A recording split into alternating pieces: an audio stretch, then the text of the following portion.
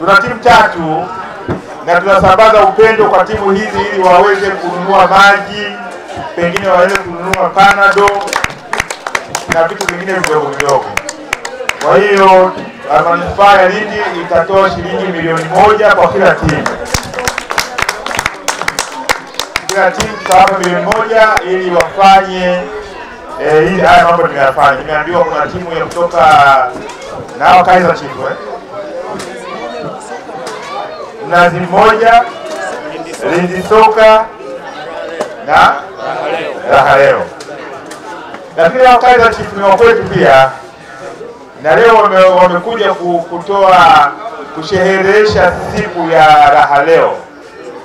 Kwa hiyo na hao Kaizer Chiefs pia tutawapa shilingi milioni 1 kama wenzetu. Hii leo tarehe 15 ni siku yetu ya mwisho ya Raha Leo Day, lakini hii wiki tumeianza toka tarehe 1. Tulikuwa na shughuli mbalimbali za kijamii. Tarehe 13 tulikuwa na shughuli ya usafi. Tumefanya usafi kwenye pwani yetu ya bichi.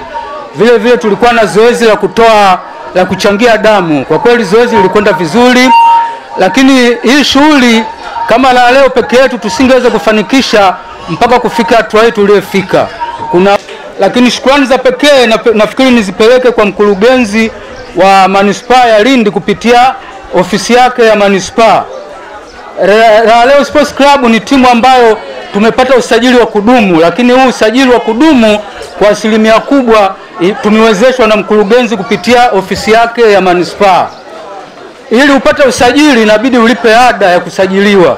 Kwa hiyo sisi tunamshukuru mkurugenzi, alitusaidia kupitia ofisi yake ya manispaa tukaweza kupata usajili wa kudumu, na sasa hivi sisi tumesajiliwa kupitia tunatambulika na BMT.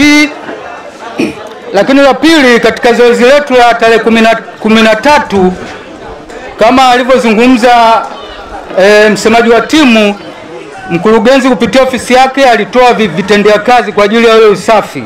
Alitoa gari, alitoa watumishi wa idara ya afya pamoja na vifaa vya kutendea kazi. Kwa maana hiyo, mkurugenzi, tunapenda kukushukuru kwa 100% ili jukumu letu la Raha Leo Day umechangia kwa kiasi kikubwa.